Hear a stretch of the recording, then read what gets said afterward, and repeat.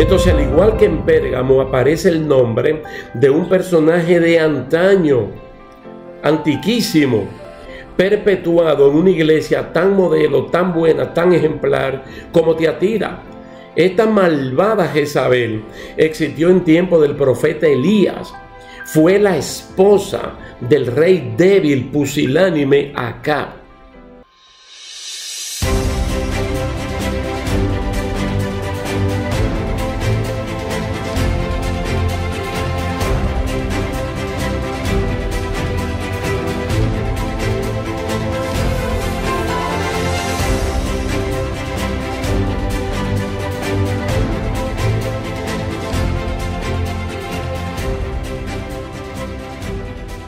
Dios me le bendiga, mis queridos hermanos. De verdad que es un placer estar de nuevo con ustedes para continuar estudiando la iglesia del Nuevo Testamento.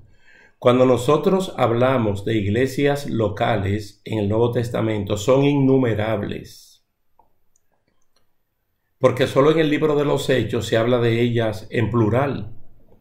Entonces no podemos cuantificarla a sabiendas de que sabemos que Felipe, que el apóstol Pedro, que Pablo y otros plantaron muchas iglesias, las cuales hemos ido estudiando poco a poco.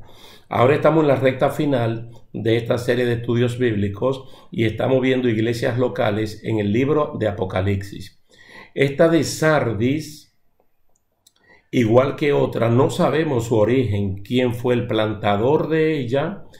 Y muchas personas siempre dicen que muchos de los convertidos en Hechos capítulo 2 fueron tal vez los que diseminaron la predicación del Evangelio en Asia Menor, aunque sabemos también que el apóstol Pablo estuvo de lleno en esa región y que probablemente de iglesias plantadas por Pablo, entonces replantaron en lugares como el de Sardis. Vamos a leer aquí en Apocalipsis capítulo 3 versículos 1 al 6 y una vez más lo voy a leer en la Nueva Traducción Viviente, pero vamos a hacer la explicación con Reina Valera del 60 de fondo. Yo sé todo lo que haces y que tienes la fama de estar vivo, pero estás muerto. Despierta, fortalece lo poco que te queda, porque hasta lo que queda está a punto de morir. Veo que tus acciones no cumplen con los requisitos de mi Dios. Vuelve a lo que escuchaste y creíste al principio y reténlo con firmeza. Arrepiéntete y regresa a mí. Si no despiertas, vendré a ti de repente, cuando menos lo esperes, como lo hace un ladrón. Sin embargo, hay algunos en la iglesia de Sardis que no se han manchado la ropa de maldad. Ellos caminarán conmigo vestidos de blanco porque son dignos. Todos los que salgan vencedores serán vestidos de blanco. Nunca borraré sus nombres del libro de la vida, sino que anunciaré delante de mi Padre y de sus ángeles que ellos me pertenecen. Todo el que tenga oídos para oír debe escuchar al Espíritu y entender lo que Él dice a las iglesias. Una vez más, siempre se habla de las iglesias en plural, no solamente las 7 congregaciones seleccionadas por Dios aquí en Asia Menor para esta carta, sino todo lo que hasta ahora hemos visto. Miren, hermano, en Isaías capítulo 11, versículo 2, y tanto en Zacarías capítulo 4, versículo 10, se habla de los 7 espíritus de Jehová y de los 7 ojos de Jehová que recorren toda la tierra. En términos matemáticos no se puede decir que Dios es un personaje con 7 espíritus o 7 ojos, sino que el número 7, tanto en espíritus como en ojos, se debe de entender como el poder absoluto de Dios, quien todo lo ve, todo lo sabe, todo lo entiende, todo lo conoce. Dios es todo y en todo, como le dijo Pablo a los creyentes efesios en Efesios capítulo 4, versículo 6. 7 es una forma de ver la plenitud del Todopoderoso. La mención de las 7 estrellas que se hizo al principio de la carta, ¿no? Especialmente a Éfeso, y basada en la interpretación de Apocalipsis capítulo 1, verso 20, representa a todos los pastores de las iglesias locales y no solamente a un número redondo de 7 pastores. Cuando hablamos de las 7 estrellas que están a la diestra de Jesucristo, no estamos hablando solo de 7 pastores, sino que 7 está representando a todos los pastores que están llamados al santo ministerio. El Señor, al igual que en los otros casos, se introduce diciendo que Él conoce sus obras. Entonces, como Él conoce la obra de la iglesia local de Sardis, como conoce a nosotros, a cada uno individualmente, en ese caso le dice que la iglesia proclama estar viva, pero Dios, que la conoce mejor que ella misma, le dice que está muerto. Esta iglesia estaba realmente moribunda en términos espirituales. Su descuido la llevó a la penosa situación de tener entre sus miembros más muertos que vivos, convirtiéndose en un ejemplo bíblico de que se puede estar vivo y muerto al mismo tiempo, vivo biológicamente y muerto espiritualmente. Los creyentes de Sardis armonizaban con los fariseos judíos del tiempo de Jesucristo, que eran sepulcros blanqueados y se presentaban como vivos por fuera, pero muertos por dentro, como lo denunció Jesús en Mateo capítulo 23, los versículos 25 al 28. Dios, como médico forense, dictamina por haber escudriñado todo. Por eso se presentó como el que tiene los 7 ojos, el poder absoluto para saberlo todo. Entonces, como médico forense, él dictamina porque escudriña esta iglesia de Sardis. Aunque tiene un nombre que es la naturaleza humana, de que vive, está muerta en la naturaleza espiritual. El Señor le dice que sea vigilante y que afirme las otras cosas que están para morir, porque no ha hallado sus obras perfectas delante de Dios. Y fíjese, hermano, que en Dios no hay una exageración, sino que Dios es realista. Él está diciendo exactamente las cosas como son. Y Él está revelando por su Santo Espíritu a la iglesia a través de los pastores, en este caso del pastor de la iglesia local, que probablemente tampoco esté bien, uno no sabe. Pero la idea es de que el Señor está diciendo lo que está mal a tiempo para que pueda ser corregido a tiempo y evitar entonces males mayores. En el libro de Daniel, en el Antiguo Testamento, está el caso de un rey llamado Belsasar. Al rey Belsasar dice que Dios lo pesó y lo halló falto. Y por otra parte tenemos a Noé y la sociedad contemporánea de él, es una sociedad malísima, pero a Noé Dios lo halló justo y perfecto en sus generaciones, como dice Génesis capítulo 6, verso 9. Quiere decir que Dios escudriña, que Dios pesa, tanto en el Antiguo Testamento, en el Nuevo Testamento y en el tiempo que nosotros estamos hablando. Y lo puede hacer en una iglesia en general corporativa, pero Dios lo hace miembro por miembro, familia por familia, persona por persona, individuo por individuo, porque esa es la evaluación que Dios siempre hace. La congregación de Sardis falló en el proceso de santidad al no andar en las obras que de antemano Dios preparó para que todo creyente camine en ella, como dice Efesios capítulo 2, verso 10. Aquí hay que observar que aún las buenas personas que había en Sardis iban en la ruta de la muerte. Es decir, como que ya se habían acomodado a la mayoría que estaban en un camino que no era correcto. Entonces los demás creían que los que estaban mal eran ellos y que los que estaban mal estaban bien. Entonces ya estaban emulando, imitando al resto de personas. Hay un pasaje en Primera de Juan capítulo 5 donde se habla de pecados de muerte y pecados de no muerte. Entonces el apóstol Juan dice que cuando un hermano está cometiendo un pecado que no es de muerte, uno debe orar por él. pero que hay pecado de muerte por el cual no se debe orar. Entonces él está hablando ya del creyente que, diciendo que es creyente, es un practicante del pecado. Un practicante del pecado ya no es orar por una falta en sí que está cometiendo, sino para que vuelva de lleno, porque el practicante del pecado lo que está es destruyendo todo lo que Dios hizo en su vida y se convierte en un pecador de nuevo y va rumbo a la muerte, porque la paga del pecado es la muerte. Incluso la palabra que utiliza Juan en Primera de Juan capítulo 5 es una palabra griega que se escribe y se pronuncia prostanatos. El prostanato lo que indica es que va camino a la muerte. No ha muerto definitivamente, pero va camino a la muerte. Entonces todavía hay oportunidad, porque ya sabemos que en el libro de Eclesiastés la palabra del Señor dice que mientras hay vida hay esperanza, y que por eso es mejor un perro vivo que un león muerto. Pero la persona va camino a la muerte, es un prostanato. Ese es el camino. Y la iglesia de Sardis, siendo una iglesia cristiana evangélica, ese era el camino que llevaba. El muerto espiritual no es aquel que comete un pecado, sino el que practica, ya es un practicante del pecado. Entonces, la persona que hemos nacido de nuevo, los nacidos de Dios, nosotros tenemos la capacidad de no pecar y lógicamente todavía tenemos la capacidad de pecar, pero podemos optar por no pecar, por no pecar.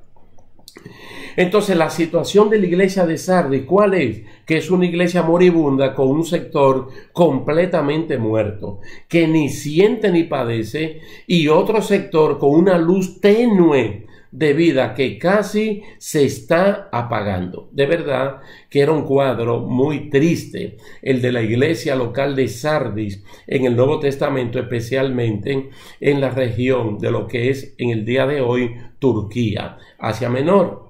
Entonces, despertarse de entre los muertos para que Cristo les resplandezca es el mensaje para la iglesia. Entonces, la otra parte es evitar que las cositas buenas que todavía le quedan, que no mueran. Las características de la iglesia de Sardis se dieron primeramente, o uno puede ver características como la iglesia de Sardis, como en el tiempo en el cual Samuel comenzó a ministrar, que todavía estaba vivo el sacerdote Elí y sus dos hijos. La Biblia dice que la palabra de Dios escaseaba, que no había visión con frecuencia, y como símbolo de esa escasez, Dios se le reveló al joven Samuel antes que la lámpara de Dios se apagara, en alusión a la lámpara que había en el tabernáculo que estaba en Silo. Así estaba la iglesia de Sardis. Una luz tenue que casi se apaga, eran las cositas buenas que le quedaban a Sardis. Incluso si ustedes quieren pueden leer estos detalles en 1 Samuel capítulo 3 versículo 1 al 3 y compararlos con esta lectura de Apocalipsis capítulo 3 versículo 1 al 6. Ahora, ¿qué le dice el Señor como un sano consejo? Acuérdate pues de lo que has recibido y oído, y guárdalo y arrepiéntete. Fíjense que no es un mensaje para el mundo pecador. Es un mensaje para la iglesia del Nuevo Testamento. Es un mensaje para la iglesia del día de hoy, antes que suene la trompeta, para precisamente levantar a la iglesia. Y él dice, si tú no velas, vendré a ti como ladrón, y no sabrás a qué hora vendré sobre ti. El creyente debe hacer un ejercicio constante de recordar de dónde lo ha sacado Dios, recordar sus palabras y apreciar lo recibido. Sobre la palabra oída y las promesas y el don recibido hay que velar. Porque la venida de Jesús no debe ser una sorpresa para los creyentes. Por ejemplo, los creyentes de Sardis, pues a Jesús la iglesia lo está esperando en cualquier momento. Aunque no sabemos exactamente la fecha en la cual el Señor va a venir. Ahora bien, en Mateo capítulo 25 está la parábola de las 10 vírgenes que eran acompañantes en una boda. Entonces ellas se prepararon con el vestido, es decir, las ropas blancas, la ropa apropiada para ir a una boda, y también llevaron lámparas por si acaso el esposo, que era la tradición en ese contexto cultural, se tardara. Entonces 5 de ellas llevaron aceite extra y 5 se confiaron que con el que tenía era suficiente para el tiempo en el cual el novio tenía que venir y ella participar de la boda. Pero bueno, lo que sabemos es que él se tardó y solamente entraron las que tenían el aceite extra. Es decir, el cristiano que vela, que aprecia lo que ha oído, lo que ha recibido, que se arrepiente de sus pecados, que pasa examen a su vida y si hay algo malo se arrepiente. En el libro de Apocalipsis se revela que ciertamente el creyente, oiga bien, el creyente puede caer de la posición de donde está. No hay tecnicismos mecánicos para sostenerse en Dios mientras el punto de apoyo es el pecado. Así estaba la sociedad del tiempo de Elías, pero yo no estoy hablando de la sociedad creyente, del pueblo de Dios ambiguo, ambivalente, con un pie adorando a Baal y con otro pie adorando a Jehová. Y Dios le dijo, es que no se puede claudicar en dos pensamientos, o usted de Baal, o usted del mundo, o usted de Dios, pero no se puede ser de los dos al mismo tiempo y pretender que pecando yo me voy en el arrebatamiento de la iglesia. Y ese pueblo del Antiguo Testamento también lo vemos en el Nuevo Testamento, como el libro de Hebreos capítulo 3 y capítulo 4 lo mencionan, que es el pueblo de ahora mismo. Y el pueblo que tiene una pierna en el mundo y otra en el Evangelio, el Señor le dice claramente que tome una decisión. Y es lo que le está diciendo aquí a la iglesia. Es como si Dios le dijera a Sardis, haz memoria de dónde tú estabas y mira ahora dónde has caído. El que oye la palabra de Dios y la pone en práctica, es decir, la guarda, se edifica sobre la roca. Para la iglesia, Jesús viene como ladrón solo en el sentido de que uno no sabe a qué hora viene. Solamente en eso uno no sabe a qué hora viene. Solo en eso nosotros lo podemos ver de esa manera. Pero para el que está en pecado viene en el sentido sorpresa del ladrón que no se espera.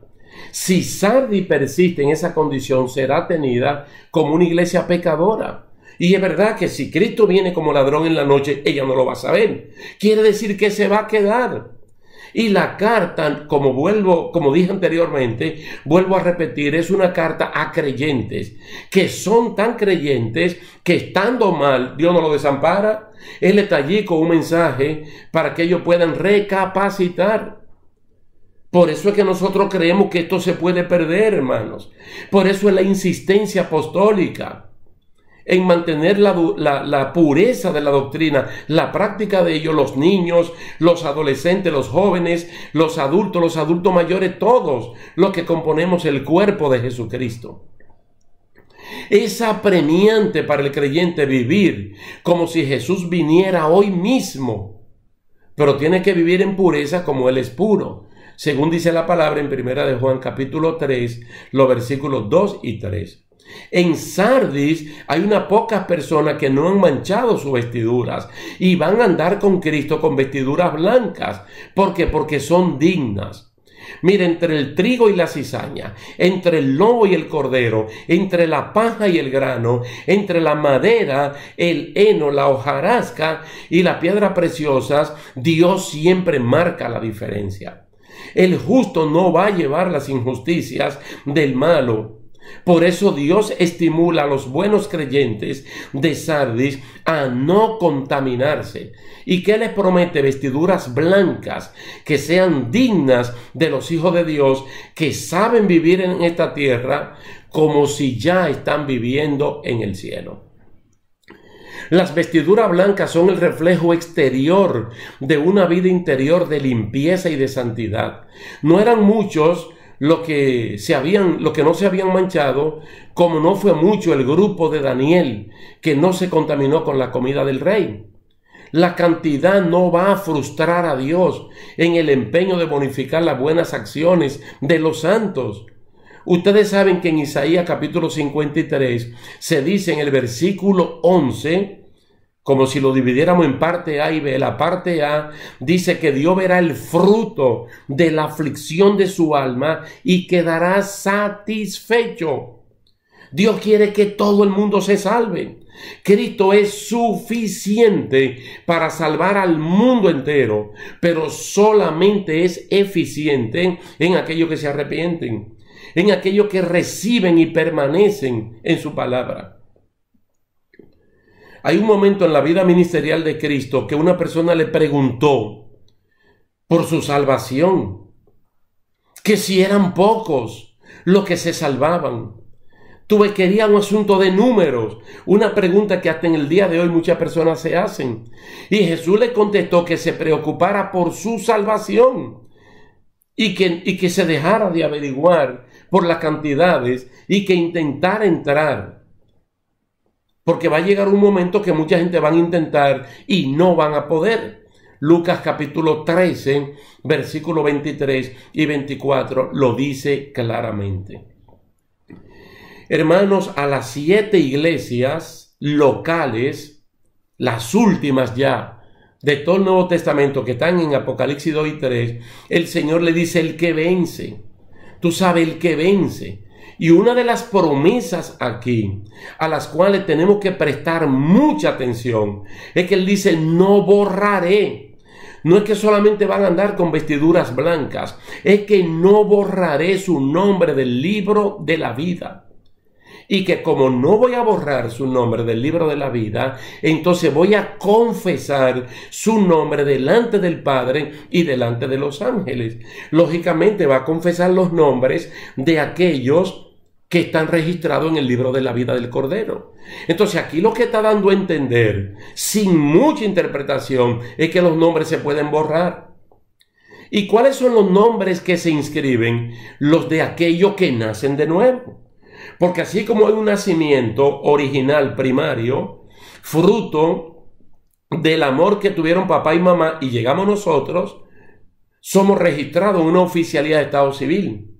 Entonces, cuando nacemos de nuevo, fruto del arrepentimiento de haber aceptado a Cristo como Señor y Salvador, también somos registrados en el libro de la vida del Cordero. Pero aquí está hablando no borraré, porque está dando la idea de que el nombre se puede borrar.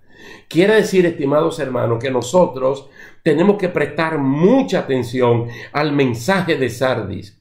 Porque el mensaje de Sardis es un mensaje como que hace eco en el día de hoy. No podemos descuidar lo que hemos oído, lo que hemos recibido.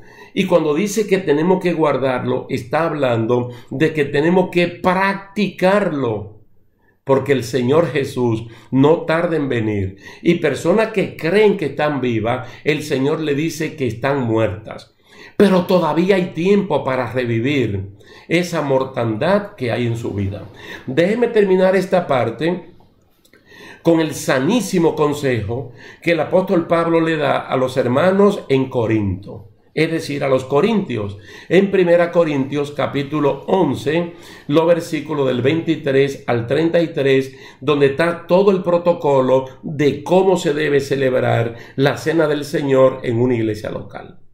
Entonces él dice que se debe hacer de la manera correcta para que no hayan ni enfermos, ni débiles, ni muertos en la iglesia local. Y yo pienso que él está hablando en términos espirituales, enfermos espirituales, débiles espirituales y muertos espirituales. La iglesia de Sardis estaba casi por completa muerta espiritualmente. Que ese no sea tu caso, ni el mío, ni de la iglesia donde nosotros nos congregamos. Vamos a dejarlo hasta aquí por el día de hoy, dándole las gracias a Dios y a ustedes también por la atención dispensada y esperando vernos en una próxima ocasión. Así que Dios me le bendiga, Dios le guarde y hasta la próxima.